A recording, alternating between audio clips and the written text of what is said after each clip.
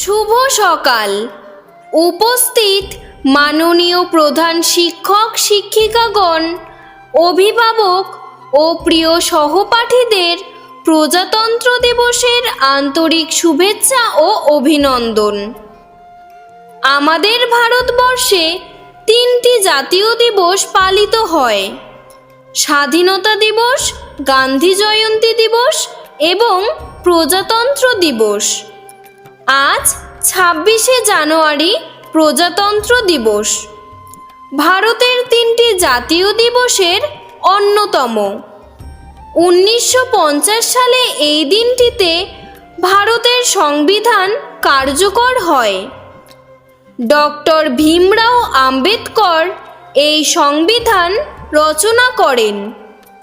এই সংবিধানে অংশগ্রহণ করেন জওহরলাল নেহেরু, ডক্টর সর্বপল্লী রাধাকৃষ্ণন, সর্দার বল্লভভাই প্যাটেল, মৌলানা আবুল কালাম আজাদ প্রমুখ। আমাদের দেশ সার্বভৌম সমাজতান্ত্রিক, প্রজাতান্ত্রিক, ধর্মনিরপেক্ষ, গণতান্ত্রিক সাধারণতন্ত্র ভারত। এই দিনটিতেই ভারত ধর্মনিরপেক্ষ ও গণতান্ত্রিক দেশে পরিণত হয়েছিল। প্রজাতন্ত্র দিবসে রাজধানী নয়াদিল্লিতে একটি জমকালো কুচকাওয়াজ ও বিভিন্ন সাংস্কৃতিক অনুষ্ঠান পালিত হয়।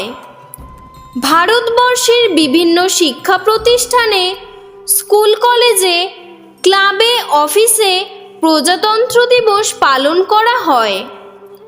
পতাকা উত্তোলন, দেশাত্মবোধক গান, ভাষণ প্রভৃতির মাধ্যমে এই দিনটি পালন করা হয়। প্রতিটি ভারতবাসীর কাছে আজকের দিনটির গুরুত্ব অপরিসীম। এই দিনটি প্রত্যেক ভারতবাসী মহারম্ভের সাথে পালন করে থাকে।